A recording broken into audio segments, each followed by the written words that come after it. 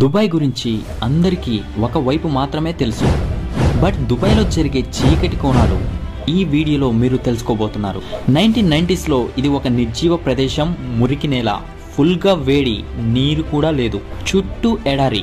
But ఇప్పుడు ప్రపంచంలోనే అద్భుతమైన దేశాల్లో ఒకటిగా మారింది. ఒకప్పుడు నీరు లేని చోట ఇప్పుడు సంవత్సరానికి 128 బిలియన్స్ ఇంపీరియన్స్ బ్యాలెన్స్ నీటిని ఇక అందించబడుతుంది. ఇసుక ఉండే చోట నేడు ప్రపంచ స్థాయి రోడ్స్, పెద్ద పెద్ద building, shopping malls, biggest hotels. ఒక ఇసుక ఎడారి ప్రాంతంలో ఇంత గొప్ప అద్భుతాన్ని ఎలా సృష్టించారు?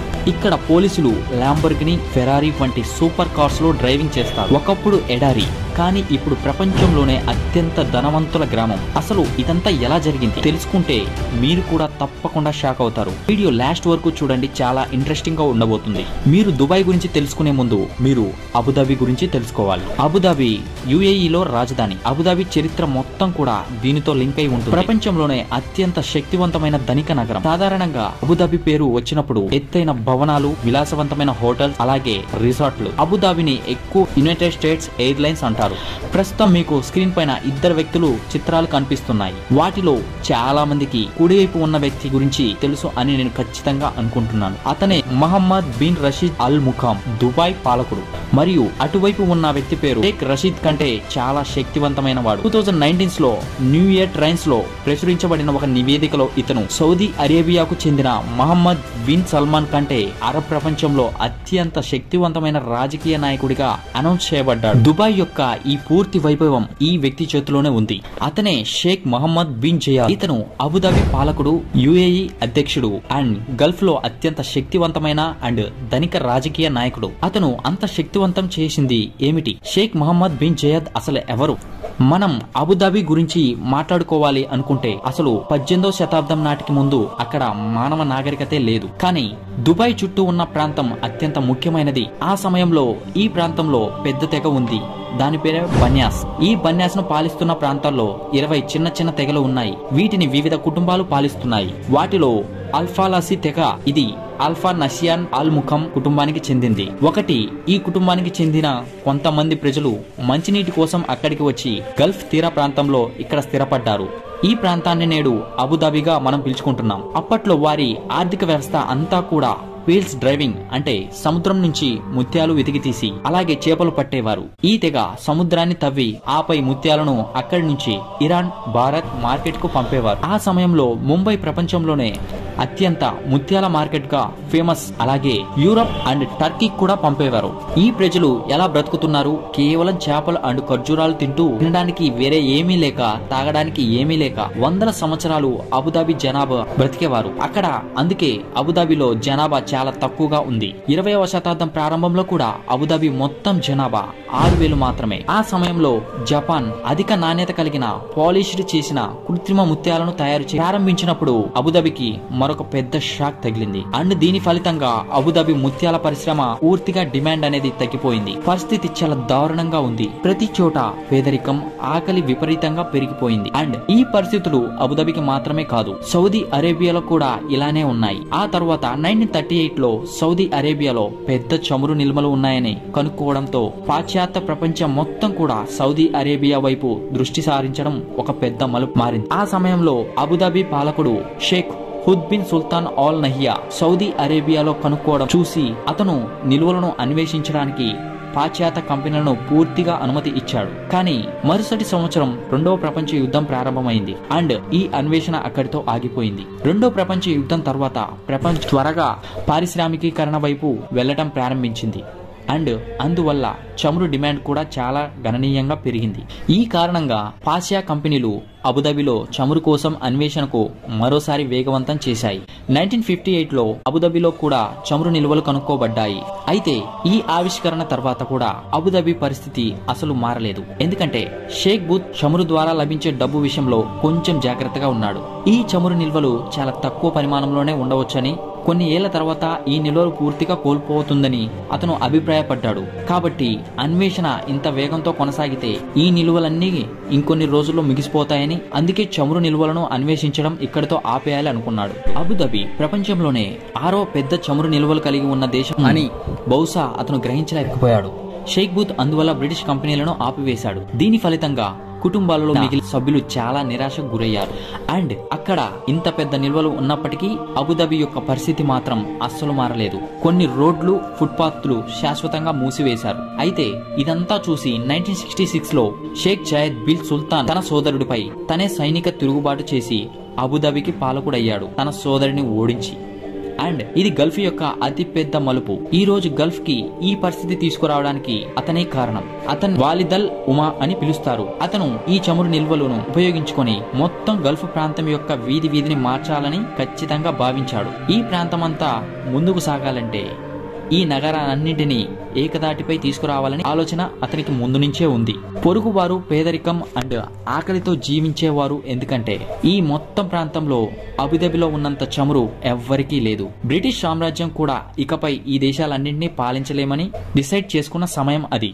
ఆపై డిసెంబర్ 1971లో బ్రిటన్ ఈ ప్రాంతాన్ని విడిచిపెట్టింది. అండ్ షేక్ జాయద్ నాయకత్వంలో 6 రాష్ట్రాల్లో ఒక కొత్త దేశం సృష్టించబడింది. ఈ రోజు మనం అదే యుఏఈగా పిలుస్తున్నాము. ఇవి అబుదాబి, దుబాయ్, అజ్మహల్, షర్జారియా, ఆస్మాన్ క్వయల్, ఫజర్ రాష్ట్రాలు చేయబడ్డాయి. తర్వాత 1972లో రసల్ ఖైమా కూడా యుఏఈలో భాగం అయింది. ఈ కొత్త దేశానికి రాజధానిగా మారింది. అండ్ షేక్ జయీద్దీన్ సుల్తాన్ నయ్యా మొదటి అధ్యక్షుడు అయ్యాడు. మొదటి కంపెనీలు అవసరాల కోసం డబ్బు ఖర్చు చేయడం ప్రారంభించాడు. రహదారులు, నెట్వర్క్లు ప్రారంభించాడు. విద్యుత్ ఉత్పత్తి ప్రాజెక్టులను స్టార్ట్ చేశాడు. అబుదాబికి ఉత్తరాన సముద్రపు తుఫాన్లు నివారించడానికి తీర ప్రాంతం వెంబడి గోడను నిర్మించాడు. దీని తర్వాత మౌలిక సదుపాయాలను డెవలప్ చేసుకోవడంపై దృష్టి పెట్టాడు. తర్వాత పాఠశాలలు, ఆసుపత్రులు, ప్రభుత్వ భవనాలు, సైన్యం ఇలా కొన్ని ప్రాథమిక విభాగాలను సంబంధించి ఆధ్యాత్మిక పరికరాలను అండ్ శిక్షణ ఇవ్వబడ్డాయి. ఇప్పుడు దుబాయ్ యొక్క మౌలిక సదుపాయాలను కూడా డెవలప్ చేయాలని దృష్టి పెట్టాడు. అండ్ దుబాయ్ని ముఖ్యంగా 2 విషయాల ద్వారా మార్చుకోవాలని కొందరు పెద్దవారి సలహాలతో నిర్ణయం తీసుకున్నాడు. ఒకటి దుబాయ్ని ఓడరేవ్ అండ్ మరొకటి దుబాయ్ టూరిజం. ఈ విషయంలో అబుదాబి దుబాయ్కి మౌలిక సదుపాయాలను అభివృద్ధి చేయడానికి చాలా డబ్బు ఇచ్చింది. దుబాయ్ కూడా ప్రసిద్ధి చెందిన చమురు కనుక్కోబడిన కొంత సమయం తర్వాత అతను ఆర్థిక పెట్టుబడి బోర్డుని సృష్టించాడు. ఈ పెట్టుబడి పెట్టడం దీని వెనుక ఉన్న దృష్టి భవిష్యత్తులో చమురు తగ్గిపోయినప్పటికీ అబుదాబికి చాలా ఆదాయ మార్గాలు ఉండాలని, దానికి ఎటువంటి సమస్య రాకూడదు అని. నేటికి అబుదాబి యొక్క పెట్టుబడి నిధిలో $1.3 ట్రిలియన్ పెట్టుబడులు ఉన్నాయి. వీటిలో $900 బిలియన్ అబుదాబి పౌరులకు మాత్రమే. దీని ప్రకారం అబుదాబి స్థానికులు ప్రపంచంలోనే అత్యంత ధనవంతులు. అండ్ ఈ సంపద షేక్ జాయద్ మార్గదర్శకంలో రియల్ ఎస్టేట్ నుంచి, చమురు నుంచి వచ్చే అదనపు డబ్బును ఈక్విటీ, పండ్లు, హోటల్, విమానాశ్రయాలు, ఫ్యాక్టరీలు అండ్ బ్యాంకులకు కూడా తీసుకుంది. అందుకే ఆర్థిక సంక్షోభం వచ్చినప్పుడల్లా అబుదాబి దాన్ని పెద్దగా పట్టించుకోదు. ఫర్ ఎగ్జాంపుల్ 2008లో ఆర్థిక సంక్షోభం వచ్చి దుబాయ్ ఆర్థిక వ్యవస్థ కుప్పకూలిపోయినప్పుడు అబుదాబి $10 బిలియన్ రుణం ఇచ్చింది అండ్ దుబాయ్ కి బెయిల్అవుట్ చేసింది. అండ్ దీనికి తోడుగా దుబాయ్లోని ఈ ప్రసిద్ధి ఎత్తైన భవనం పేరు బుర్జ్ దుబాయ్ నుంచి బుర్జ్ ఖలీఫాగా అబుదాబి పాలకుడి పేరు మీద మార్చారు. నేటికి దుబాయ్ అప్పు దాదాపు $90 మిలియన్. ఇందులో $20 మిలియన్ అబుదాబి తీసుకున్న అప్పు మాత్రమే.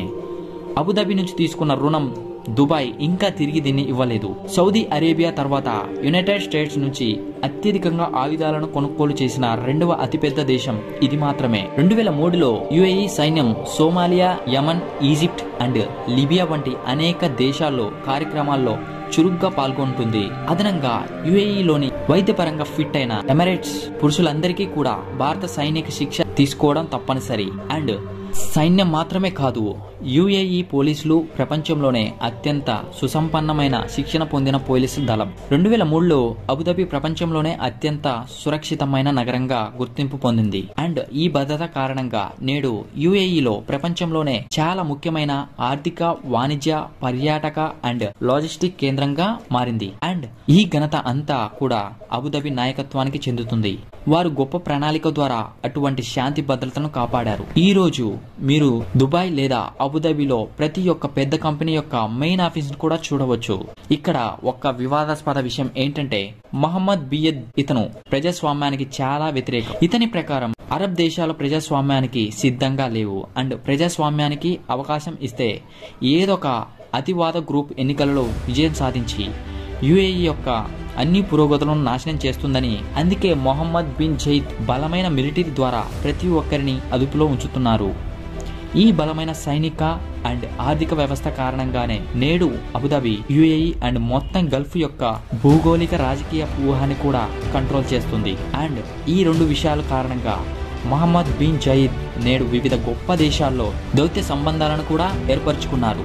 ఇండియా, ఇథియోపియా, చైనా, రష్యా ఇంకా చాలా దేశాల్లో ప్రతి దేశం యొక్క అగ్రనాయకత్వం వల్ల డబ్బు మరియు అధికారం అతను పర్సన్స్ గల్ఫ్ లోని అన్ని పెద్ద అగ్రరాజ్యాలకు కూడా హాట్ నాయకుడిగా మారారు. ఎడారుల్లో పేదరికం అండ్ ఆకలి యొక్క ఆగు మేఘాల మధ్య దుబాయ్ అండ్ అబుదాబిలను స్థాపించిన విధానం ఇతను ఎంత గొప్పవాడో ఎంత తెలివైనవాడో చెప్పడానికి ఒక ఉదాహరణ. ఆ తర్వాత కాలంలో అంటే అబుదాబి ఒక నాయకుడు అండ్ దుబాయ్ యొక్క నాయకుడు చనిపోయిన తర్వాత వాళ్ళ ప్లేస్లో ఇంకొకరు వస్తారు కదా, సో వాళ్ళు కూడా ఫ్యూచర్లో ఇంత గొప్ప డెవలప్మెంట్ చేయగలరో చూద్దాం. సో ఈ వీడియో ఇంతే ఫ్రెండ్స్. ఈ వీడియో ఇన్ఫర్మేషన్ నచ్చితే తప్పకుండా లైక్ చేయండి. అలాగే ఈ ఇన్ఫర్మేషన్ మీద మీ అభిప్రాయాన్ని తప్పకుండా కామెంట్ చేయండి.